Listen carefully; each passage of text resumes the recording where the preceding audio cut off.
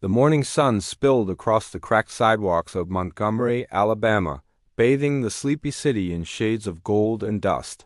Traffic buzzed faintly, buses groaned under the weight of the day, and people hurried through the lingering chill of dawn. Among them was Clara Johnson, a young black woman dressed neatly in her pressed skirt and soft cream blouse, holding a small purse against her chest. She was a schoolteacher, quiet, polite, and determined, and this was just another Monday morning, or so she thought. But fate had other plans. She stepped onto the city bus, smiling faintly to herself. The driver, Bill Henderson, a broad-shouldered man with a cigarette tucked behind his ear and a smirk that could curdle milk, leaned lazily on the steering wheel. His hat tilted low, his jaw stiff. The air inside the bus carried the scent of diesel and sweat, with the metallic rhythm of the engine humming beneath the chatter of passengers. As Clara took her step inside, his eyes darted toward her reflection in the rearview mirror. He muttered under his breath, "Another one of them late again." His tone wasn't loud, but the venom in his voice didn't need to be. Clara paid her fare, her hand trembling only slightly, and looked for a seat near the front. Her legs were tired, and she had lesson papers to review. That's when Bill snapped. "Back of the bus," he barked. The words cut through the chatter like a blade. The passengers fell silent. Clara turned, confusion and disbelief flickering in her eyes. "Excuse me?" "You heard me," he growled. "Seats up front ain't for your kind." "Go on, back there." A hush fell. An elderly white woman clutched her handbag tighter. A teenage boy glanced nervously at the driver, then at Clara. Clara stood frozen. Her lips parted, but no words came. She looked at the empty seats, there were plenty, and back at the driver, whose eyes dared her to challenge him. "Sir," she said softly, "I've paid the same fare as anyone else." "I just want to sit down." Bill's hand slammed against the wheel. "Don't make me say it again." The tension in the air thickened. The bus engine sputtered, and for a second, even the hum of the road seemed to fade.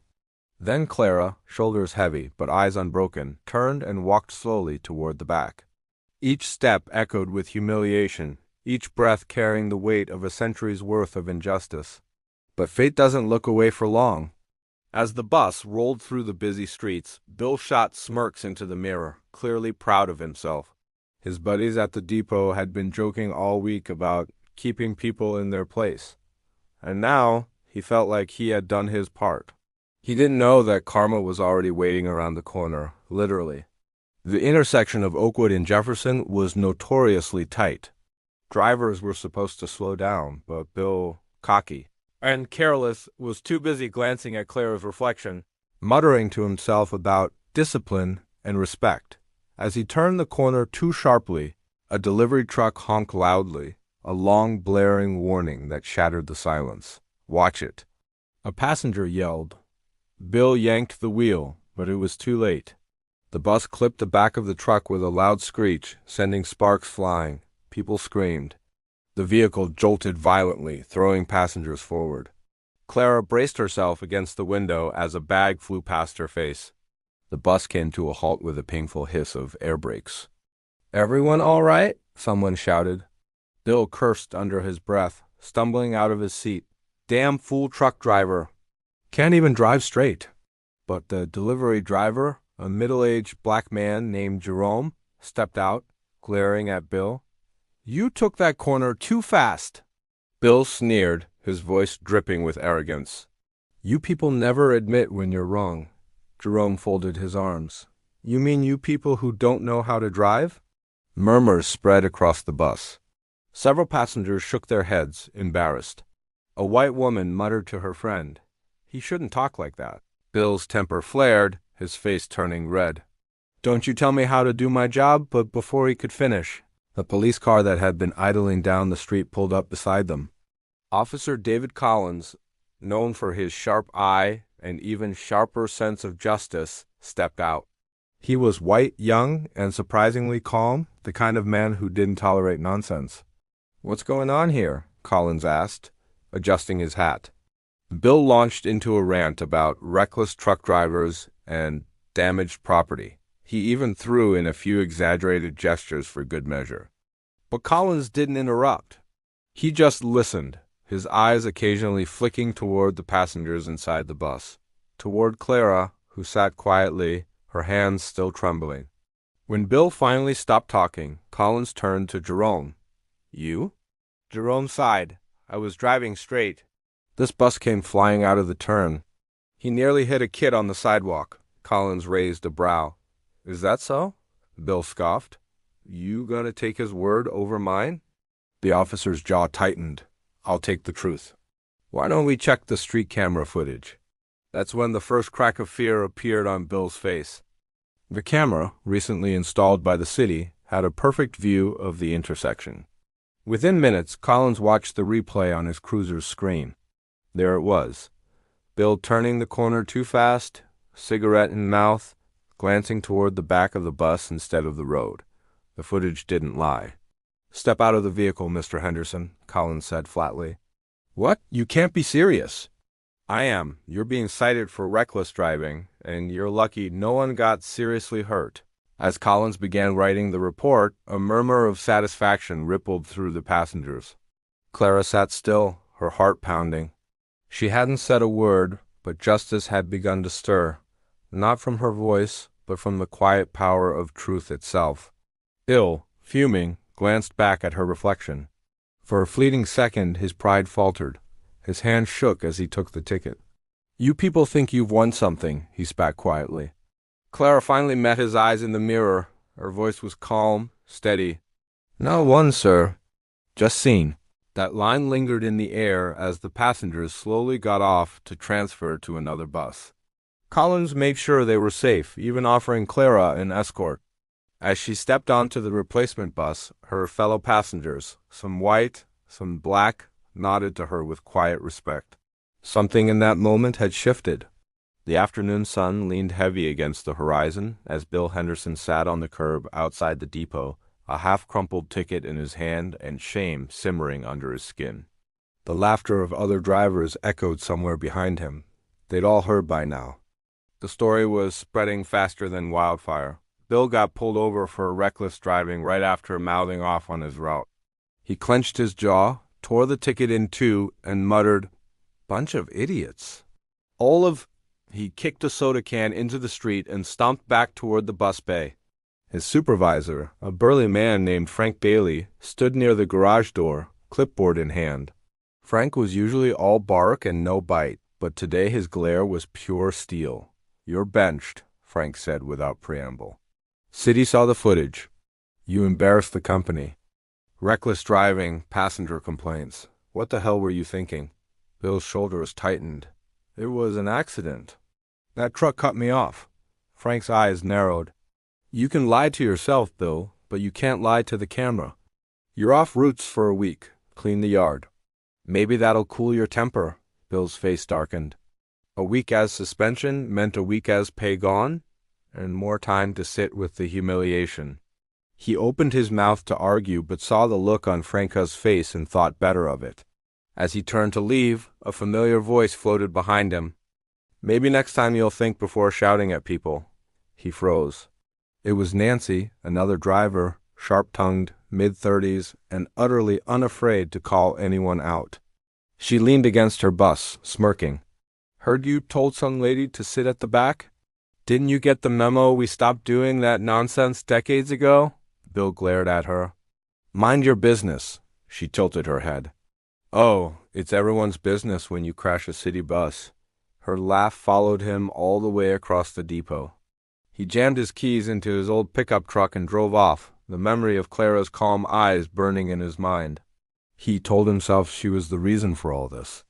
If she'd just done what she was told, none of this would have happened. But deep down, where he didn't dare look, he knew better.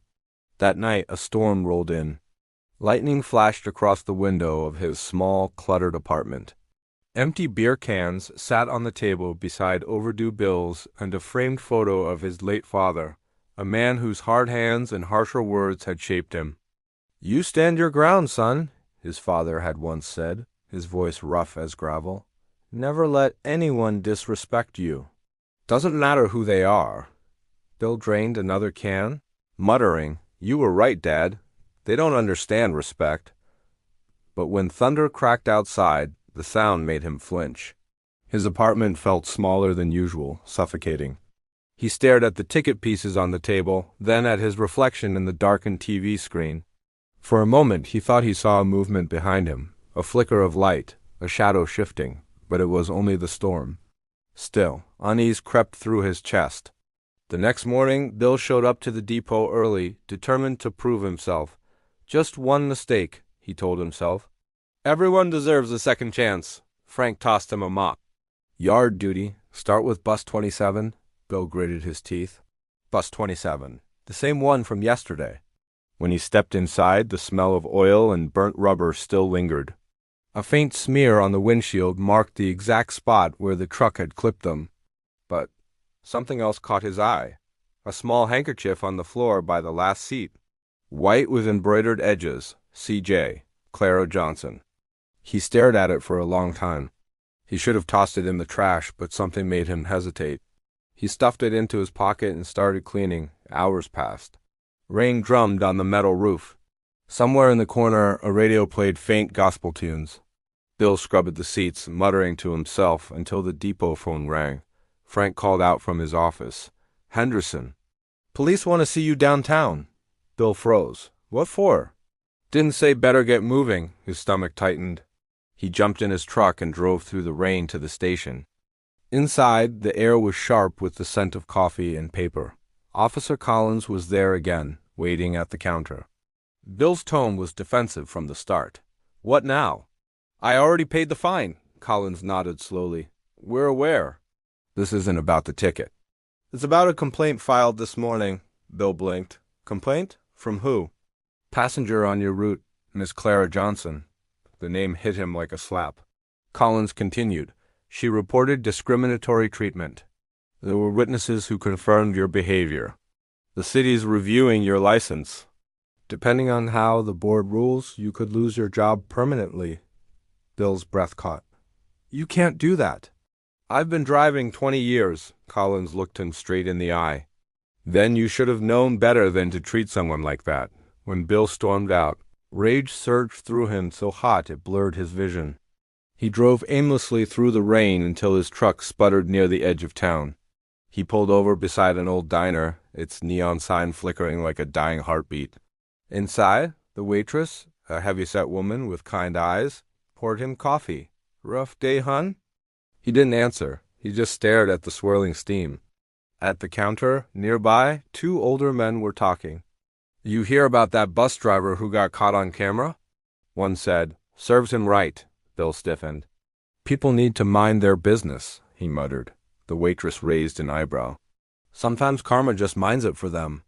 Her words lingered long after he left. That night, as the rain faded, Bill dreamed he was back on the bus. The seats were empty, the road silent. But as he turned the wheel, he heard footsteps behind him. Slow, deliberate.